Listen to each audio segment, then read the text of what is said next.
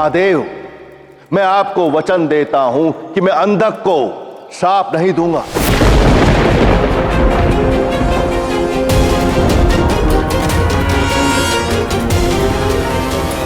आपके क्रोध से अपनी संतान के रक्षण करने के यत्नों में मैंने आपके यज्ञ की गरिमा भंग की है ऋषिवर। इसलिए आपको और आपके यज्ञ को मैं अपने वरदान से गरिमामय बनाऊंगी।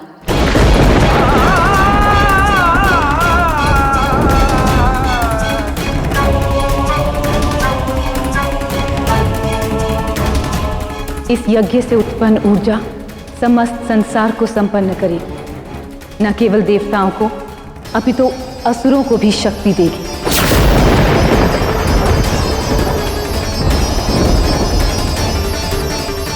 इस यज्ञ का शुभ फल समस्त संसार को धन्य कर देगा।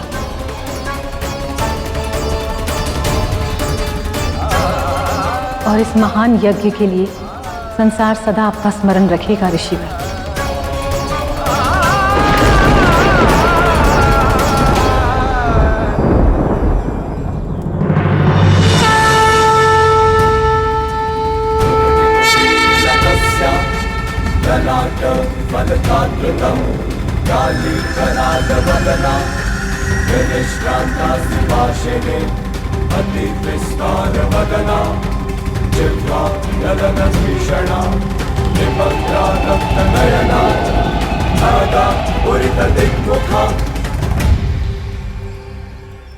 अंततः उस घटनाक्रम का प्रारंभ हो गया नारायण, जो महाकाली की सबसे बड़ी परीक्षा के रूप में सामने आएगा। और ये परीक्षा हम दोनों की भी होगी।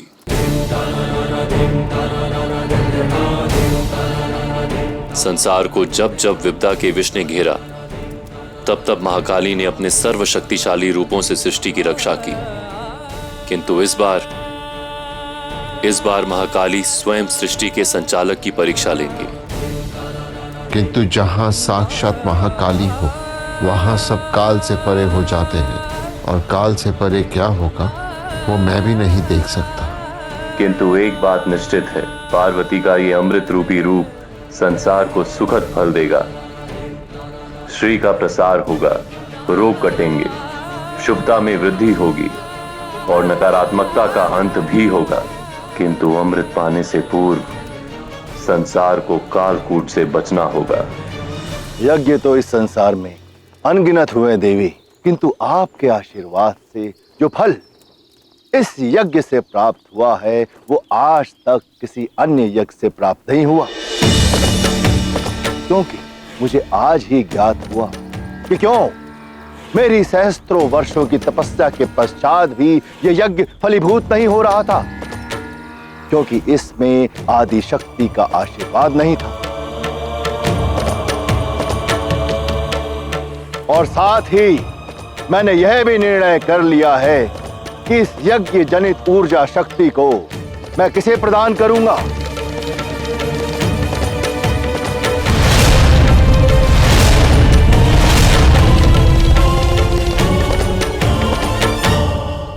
ऋषि दुर्वासा के यज्ञ से जनित ये ऊर्जा जिसे भी प्राप्त हो, किंतु ये निश्चित है कि इस ऊर्जा के कारण सृष्टि की अग्नि परीक्षा अवश्य होगी। देवताओं और असुरों को इसके फलस्वरूप महान परिश्रम करना होगा।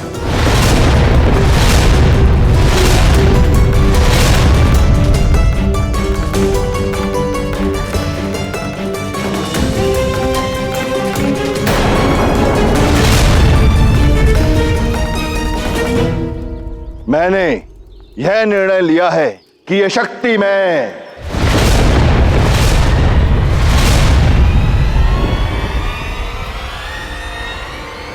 देवताओं को प्रदान करता हूं।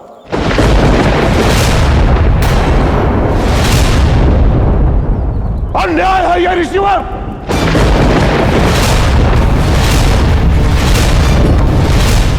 केवल इसलिए कि माता पार्वती ने इस यज्ञ को आशीर्वाद दिया तो आप यह शक्ति देवताओं को सौंप दी? असुर गुरु उशाना, यह शक्ति मैंने देवताओं को इसलिए प्रदान की क्योंकि अंदर से बात करने के पश्चात मुझे यह आभास हो गया कि असुर इस शक्ति के योग्य नहीं है, उनमें उत्तरदायित्व नहीं है।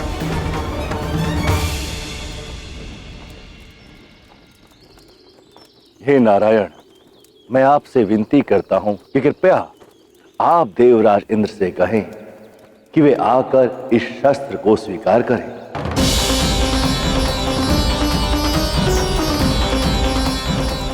नारायण, आपको तो स्पष्ट ही होगा कि अब आपको क्या करना है। हाँ महादेव, आने वाले उस विनाश को टालने के लिए ये मेरा अंतिम प्रयास होगा, और यदि मैं असफल रहा तो महाकाली को ही हमारा मार्गदर्शन करना होगा।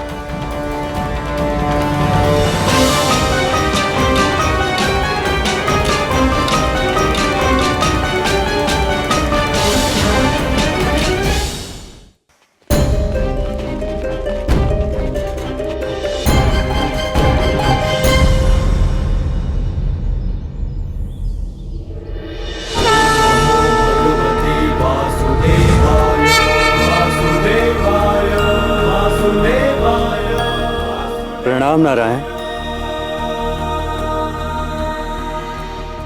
आप ऋषि दुर्वासा के यज्ञ में सम्मिलित होने गए थे, क्या हुआ वहां? क्या ऋषि दुर्वासा वो शक्ति देवताओं को देने के लिए सच हैं, या उन्होंने वो शक्ति असुरों को दे दी है? नहीं देवराज, आपकी अपेक्षा के विपरीत ना ही वो यज्ञ संपन्न हुआ, ना ही उस यज्ञ से कोई शस्त्र उत्पन्न हुआ, और ना ही ऋषि दुर्वासा ने किसी भी प्रकार की ऊर्जा असुरों को प्रदान की। क्या?